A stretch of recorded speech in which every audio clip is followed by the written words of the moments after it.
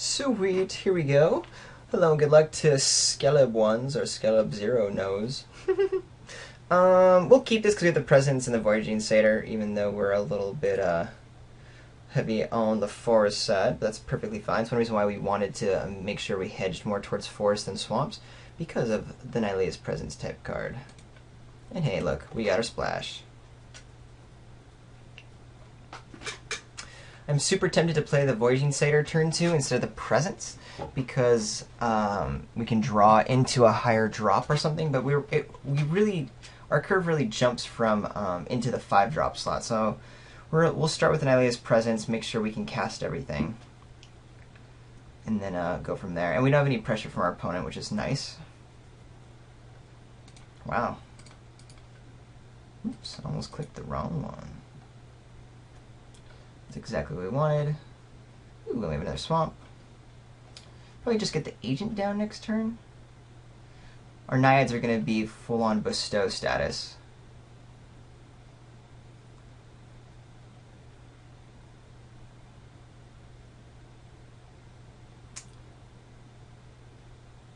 I'm contemplating playing the Satyr, but yeah, we'll stick with putting some pressure on my opponent. Also, this guy could get dissolved, so I'd rather be able to keep the Satyr around later, since we're going to have a lot of things we want to be doing with our mana in the near future.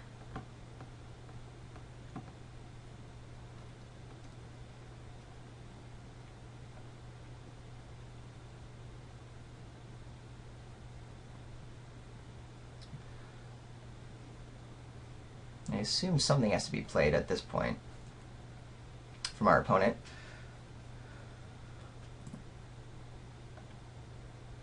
Could be a Chimera.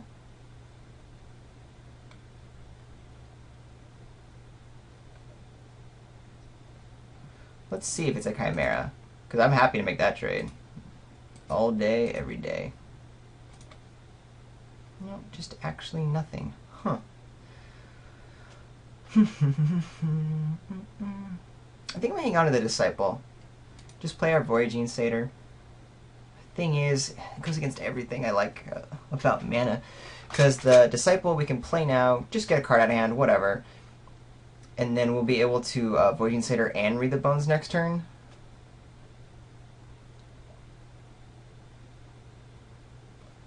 Yeah, let's do it. I like using up all my mana. It's only 2 cards we get to see, but whatever.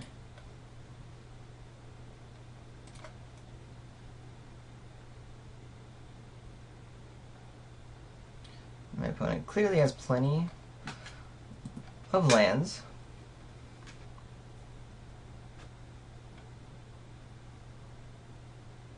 Prussian Chimera slams down.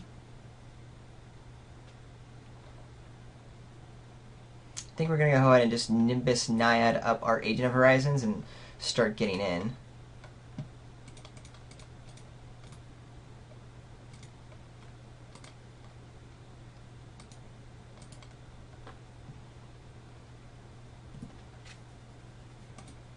Because we can just keep some tempo up, we'll be in good shape here, since we have plays for days after this.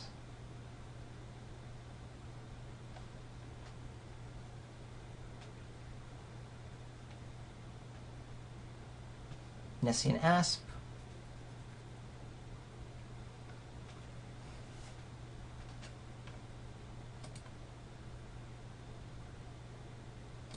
Would love to actually draw a land here to take the Asp out and do a nice little swing. There we go.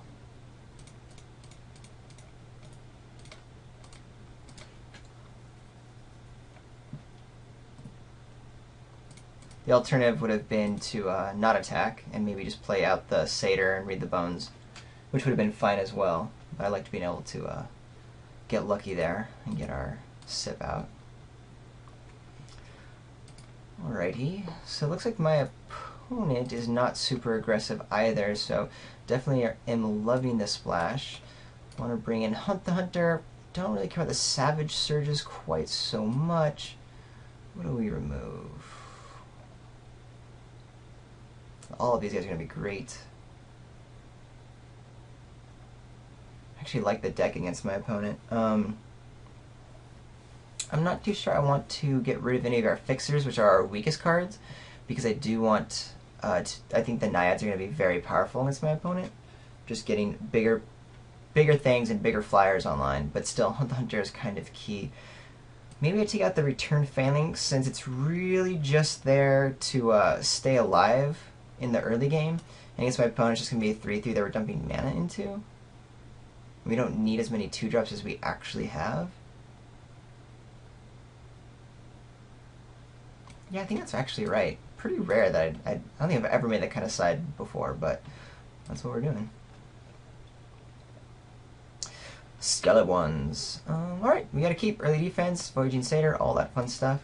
We're in good shape.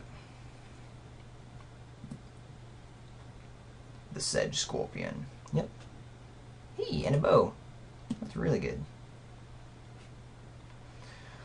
Turn 2 Satyr, turn 3 bow. Probably no pressure from the opponent, though it could happen.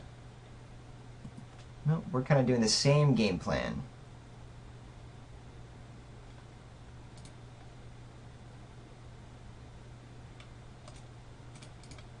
Let's just see if we can't do it a little bit better.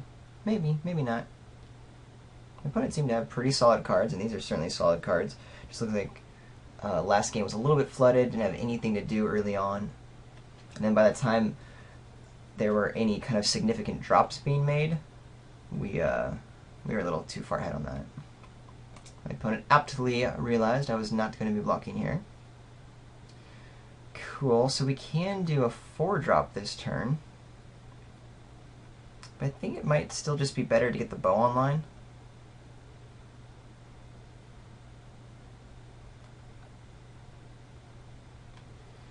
Because, again, there's just 0 pressure, so having to be efficient with the mana isn't a huge deal, and waiting for this Disciple to come down later is probably just best.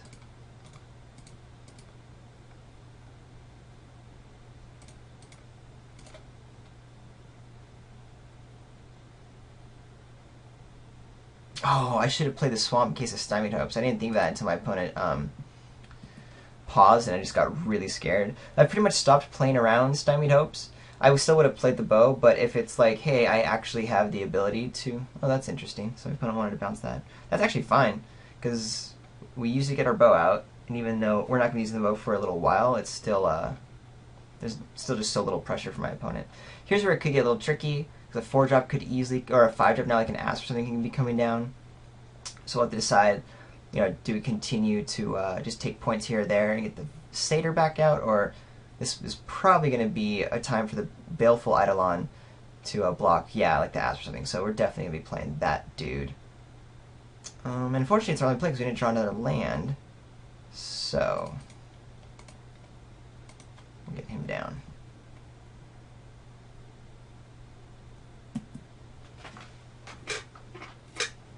Really want another land soon. If we just start running lands, that'd be cool, because next turn we'll be able to play the Disciple Phoenix, get a card.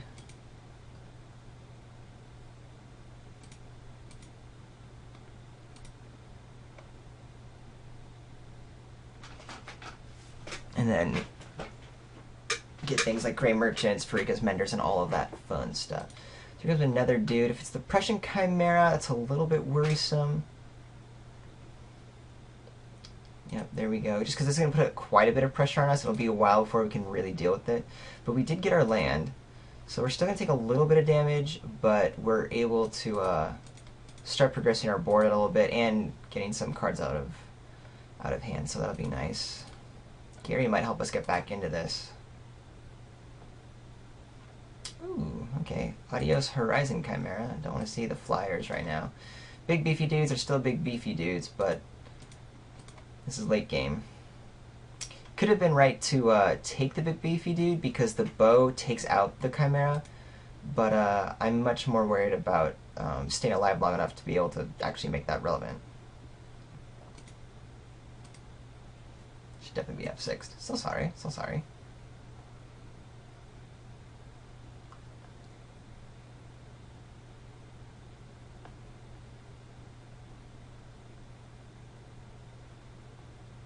Okay, so drawing more lands is definitely good news.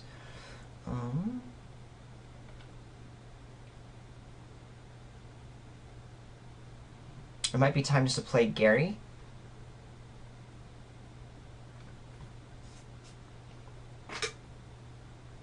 Yeah, I like playing Gary because then we can put the Leaf Crown Dryad on Gary and start blocking in the air. And then by then, the Sip of Hemlock should be pretty good to take out these big old guys. We're going to need another way to start pounding through and putting pressure up. So that's worrisome because my opponent's going to be able to bash in with Sealock Monster. But for now, Gary.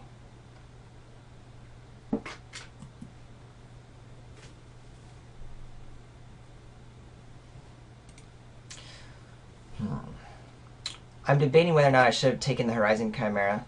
I got scared of the flyers coming down and doing like 6 damage a turn before I was able to stabilize.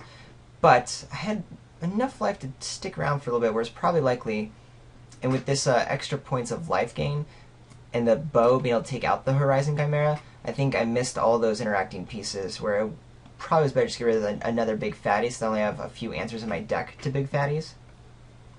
Yeah, that's probably right. Alright, we take another 3 here. But basically this Eidolon and this Sip have to land.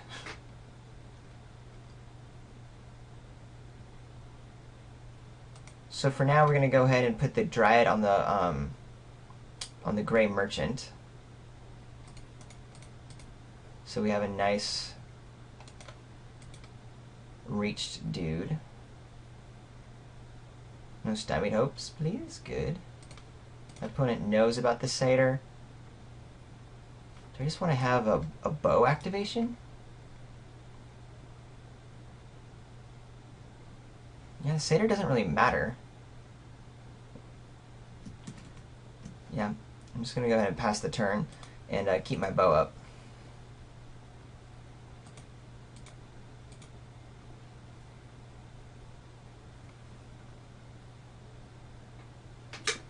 Because I'd rather just be spending mana and putting +1/+1 counters on things.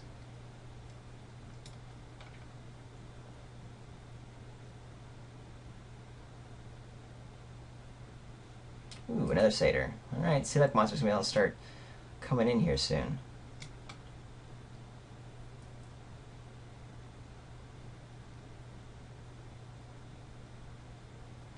We're going to start pumping up this Disciple so it can do better blocks.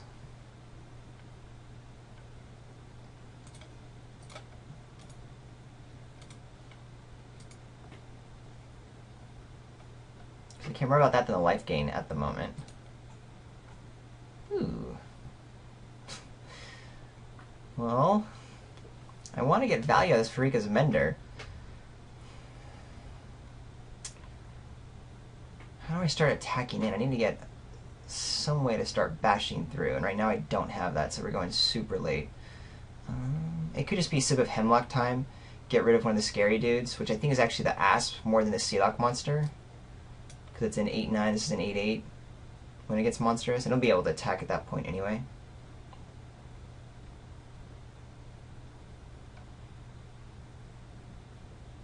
But my Hunt the Hunter takes out cards like this.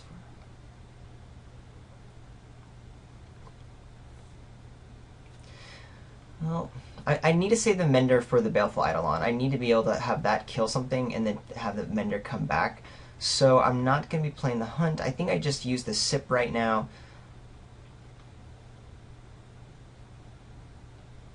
And because Hunt the Hunter does exist, there is a chance it takes out the Nessian Asp.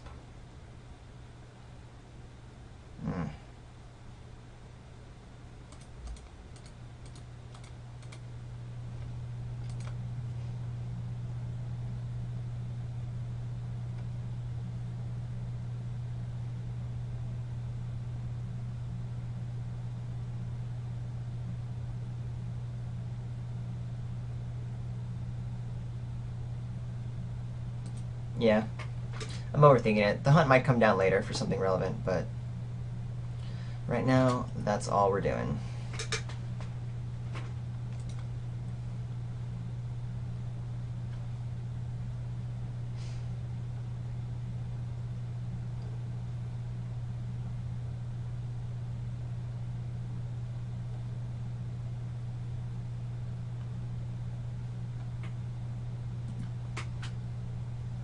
So my opponent's not attacking with Sealock Monster. Interesting. Gosh, yeah, my opponent has got some serious fatties. Looks like game plan is Voyaging Satyr, Sedge Scorpion, big ol' 5-drops. So I need to get one of my Nimbus Naiads, and quick, because I need to be able to start bashing through then. But for now, we're just going to go ahead and start using our bow and start getting some guys a lot bigger.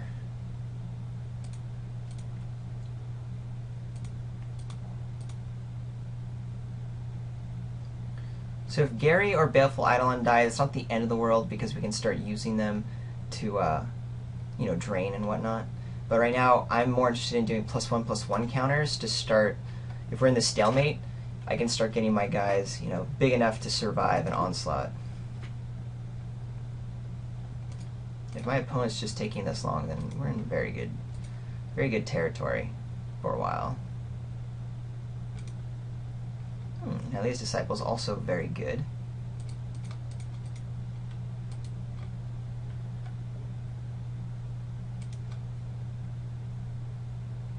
Is there anything right now? The satyrs and the sedge scorpions I don't care about because my opponent can pretty much monstrous already.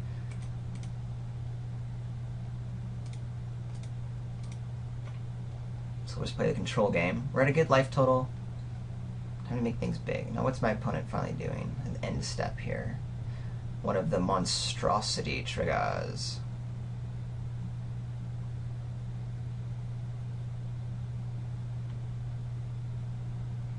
Okay. So we have an 8/8 coming through this turn.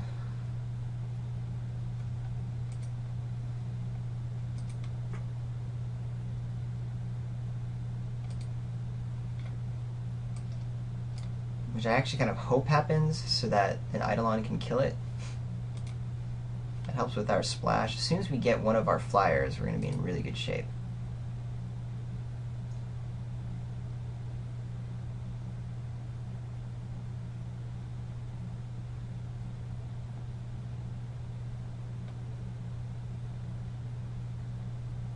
Is this another monstrous trigger? My opponent's just trying to like do a huge life point swing.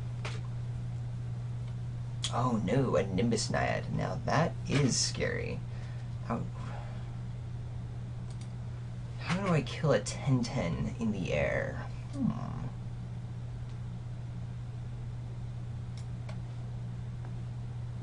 Not too sure yet. Not entirely sure. No matter what though, we're going to take 10 life. Ouch. Or maybe, hold on. If Gary dies, I have a 2/2. I can buy Gary back. 1, 2, 3, 4, 5. Take some damage. And then there's 1, 2, 3, 4, 5, 6 points of damage I can do.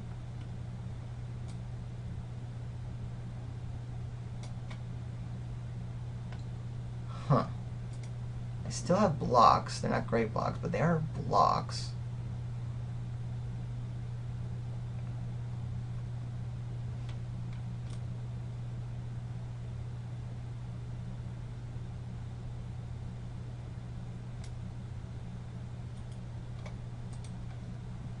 I think that's what we're going to go for. This could be so wrong. So incredibly wrong.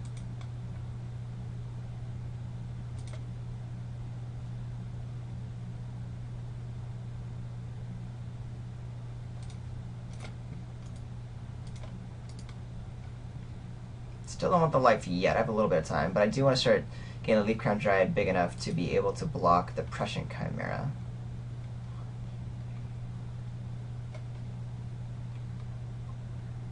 So we're one away from being able to do this all at once. I don't think I want to show my opponent that. Pretty sure I don't.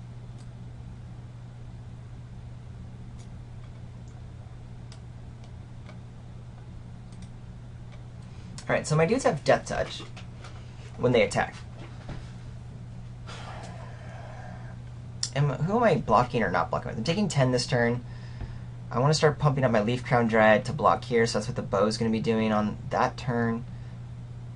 And I want to try to pound some damage through. If the Disciple bashes in, The only thing I'm worried about it taking out... No, I could take out... The Sedge Scorpion could kill it, and that's no fun. And I need to keep my black dudes around. 1, 2, 3, 4, 5. 1, 2, 3. We're going to attack in with the Voyaging Satyr and see just what happens.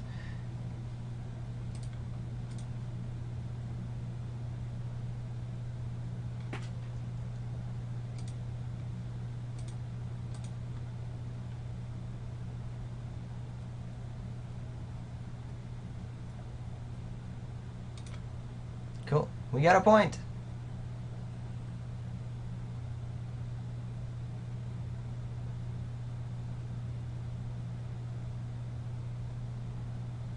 Man, why is this a 4-3? So we're going to play the Mender.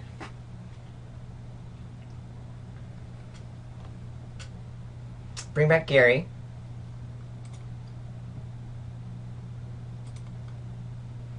And then hopefully put a counter on it or the Dryad, which is going to help kill something. The Dryad will take out the Prussian Chimera. If I get to put the counter on the Farika's Mender, then we'll be the Hunterine in... Oh, no, it has to be a green creature, right? Target green creature control.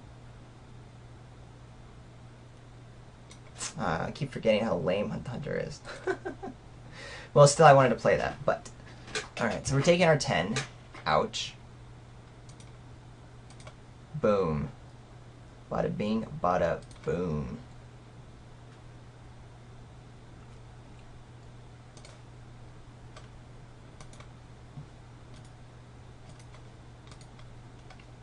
That guy there. Right. So, we use Gary. 1, 2, 3, 4, 5, 6. Is that correct? 1, 2, 3, 1, 2, 3. So that's 6 damage. My opponent is at 6. If we were to attack in with a number of different pieces to this puzzle, what happens? 6. There's 3, 4, 5, 6, 7... 8, 9, 10, 11, it has to be blocked. We hold back the Dryad, the Eidolon, and the bow needs to be used for life gain against this guy.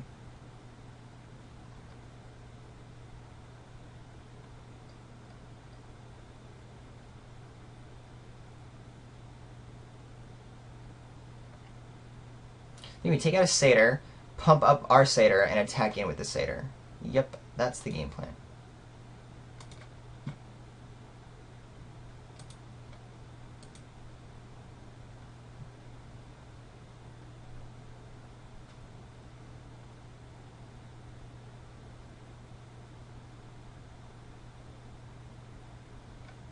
Cool.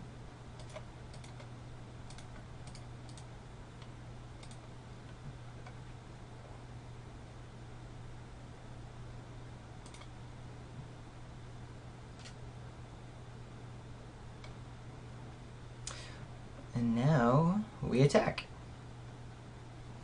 Now the Voyage Satyr only has 1 point of damage on.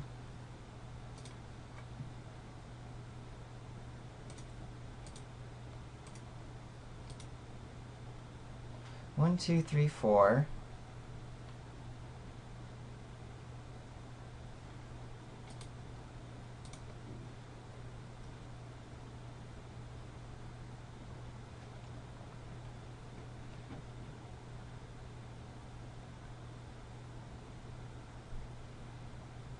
Any 2 of these creatures are lethal against my opponent, so 3 have to be blocked. And my guys have Death Touch.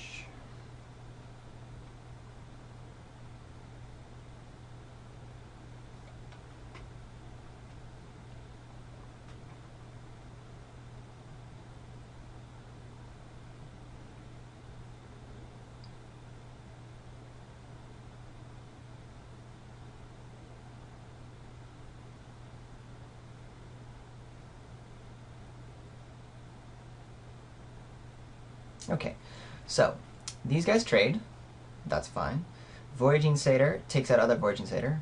That's fine, and stays alive. The Disciple is about to get eaten, but I think we'll just put a +1/+1 counter on it to keep it alive.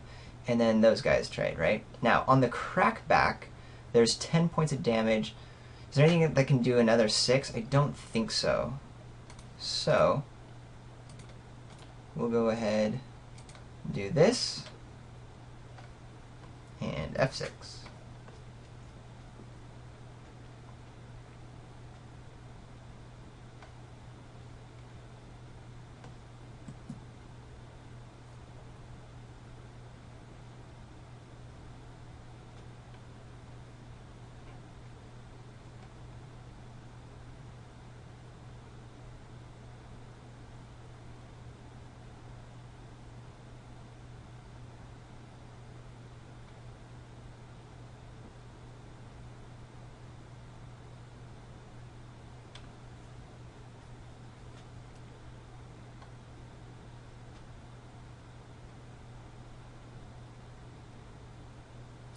Alright, so how does this game get lost? Sea God's Revenge certainly does it.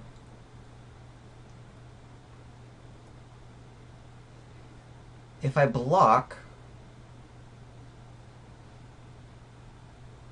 Now we're going to take the damage. My opponent can't pump enough to kill me.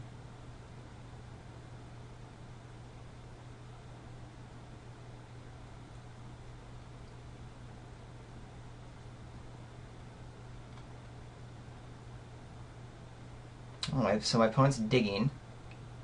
Nice move. Got scared me for a second. That's good. So we'll go in for our kill here.